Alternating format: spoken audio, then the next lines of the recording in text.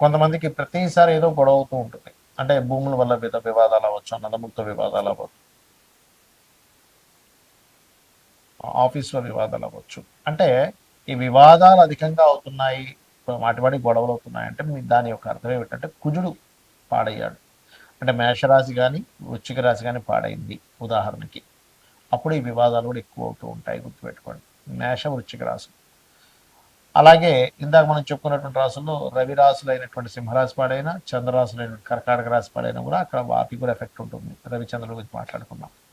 అయితే ఈ వివాదాల నుంచి బయటపడాలంటే ఏం చేయాలి, ఎటువంటి పరిహార మార్గం చేసుకోవాలి అనేటువంటి అంశాలు చెప్తుంది నేనైనప్పటికీ, చెప్పిస్తుంది సాక్షాత్ లలిత అమ్మవారిగా భావిస్తూ, ఆ యొక్క అమ్మవారి యొక్క అనుగ్రహం మీకు పరిపూర్ణంగా కలగాలని మనస్ఫూర్తిగా కోరుకుంటూ, ఇక్కడ కుజుడు ప్రధానంగా భూములకు కారకుడు. ఎవరికైనా కుజుడు చాలా బాగున్నాడు పొజిషన్ అంటే వాళ్ళు సంపాదించినంత భూములు ఈ ప్రపంచంలో ఎవరు సంపాదించలేరు, అంత భూమి యోగం కలిగిస్తుంది. కానీ అదే కుజుడు గనక పాడైతే భూమి కొంటారు, అది కబ్జాలోకి వెళ్ళిపోతుంది, గొడవలు అవుతూ ఉంటాయి, డిస్టర్బెన్స్ వస్తూ ఉంటుంది, ఆ రకంగా వెళ్తూ ఉంటుంది.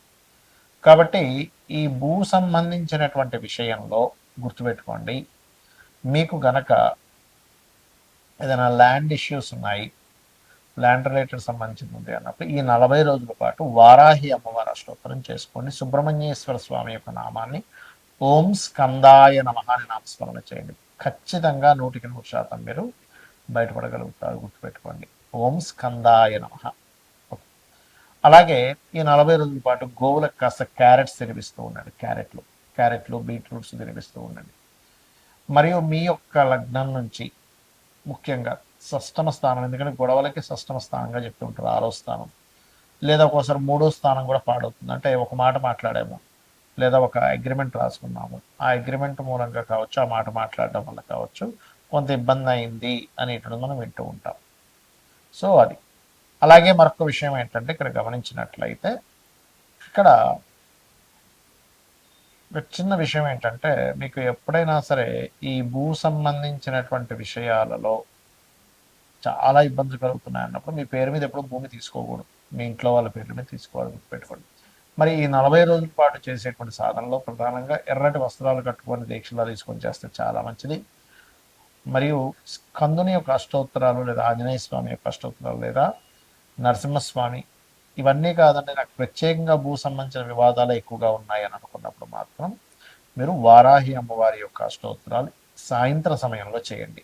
ఖచ్చితంగా 100% మీకు ఆ భూ వివాదాలు కావచ్చు, ఒక్కోసారి ఏమైపోతుందంటే భూమే కాకుండా ఇంట్లో ప్రతిదీ ఏదో చికాకులు వస్తూ ఉంటాయి. అలాంటప్పుడు ఇంట్లో తూర్పు భాగంలో లైట్ గ్రీన్ కలర్ వేసి అక్కడ రాముడు పట్టాభిషేకం బొమ్మ పెట్టండి, అన్ని విధాల మీకు బాగుంటుంది.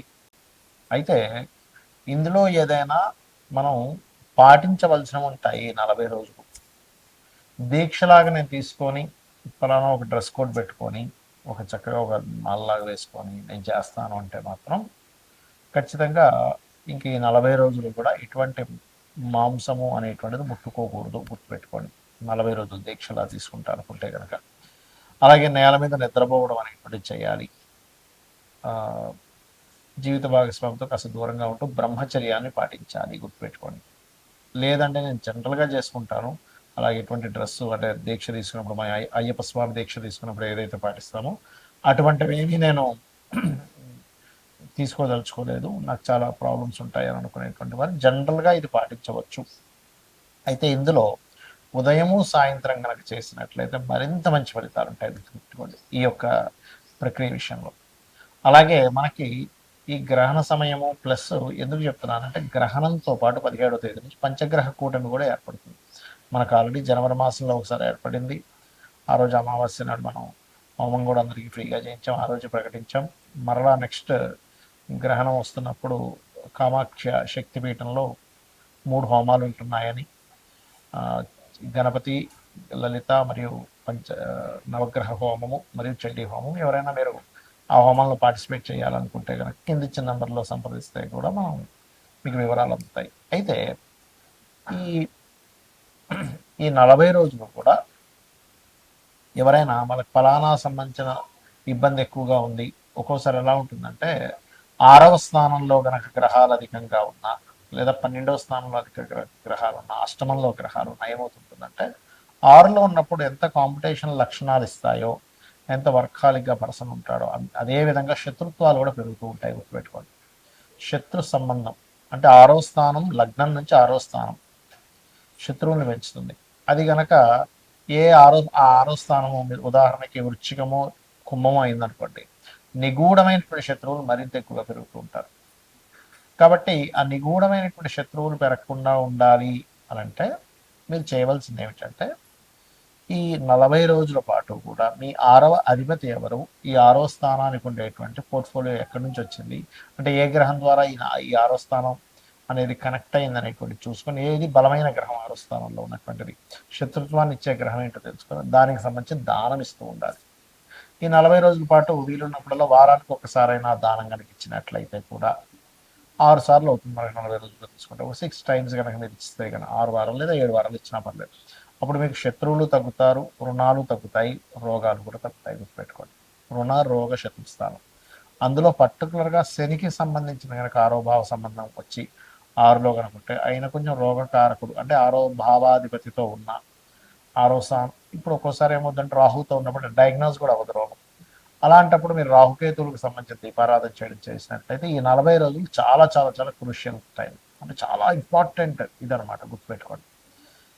ఇక అష్టమంలో ఉన్న అష్టమంలో అధిక గ్రహాలు ఉంటే ఏమవుతుందంటే రీసెర్చ్కి చాలా బాగుంటుంది, నిగూఢమైనటువంటి విషయాలు నేర్చుకోవడం చాలా చాలా బాగుంటుంది. కానీ అన్ఎక్స్పెక్టెడ్గా లైఫ్లో ఎక్కువ సంఘటనలు జరుగుతుంటాయి. ఏమంటే సడన్గా ఉద్యోగం పోయింది, లేకపోతే ఆల్ ఆఫ్ సడన్గా మేము మారిపోవాల్సి వచ్చింది, అసలు సడన్గా యాక్సిడెంట్ అయినట్టు ఉంటారు. దానికి కారణం ఏంటంటే అష్టమంలో ఉండే గ్రహాలు.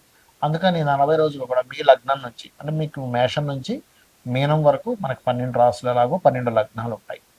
ఆ యొక్క 12 లగ్నాల్లోని లగ్నం నుంచి ఇప్పుడు ఉదాహరణకి మేష లగ్నం అనుకుందాం, 8వ భావం వృశ్చికం అవుతుంది. వృషభం అనుకుంటే 8వ భావం ధనస్సు అవుతుంది. మిథునం అనుకుంటే 8వ భావం మకరం అవుతుంది. ఇలాగా లగ్నం నుంచి 8వ స్థానంలో ఏ గ్రహాలు ఉన్నాయో వాటికి సంబంధించిన దానాలు ఈ 40 రోజులు ఇస్తున్నట్లయితే ఈ గ్రహ ప్రభావం అనేటువంటిది ఉండదు. అంటే ఎందుకు చెప్తున్నానంటే ఎప్పుడైనా ఇలాగా రేర్గా వచ్చేటువంటి పంచగ్రహ కూటములు ఎప్పుడూ రానటువంటి మనకి ఈ మూడోసారి, అంటే 3 సార్లు ఒకే సంవత్సరంలో రావడం అనేటువంటిది పంచగ్రహ కూటమి చాలా విశేషమైనటువంటిది.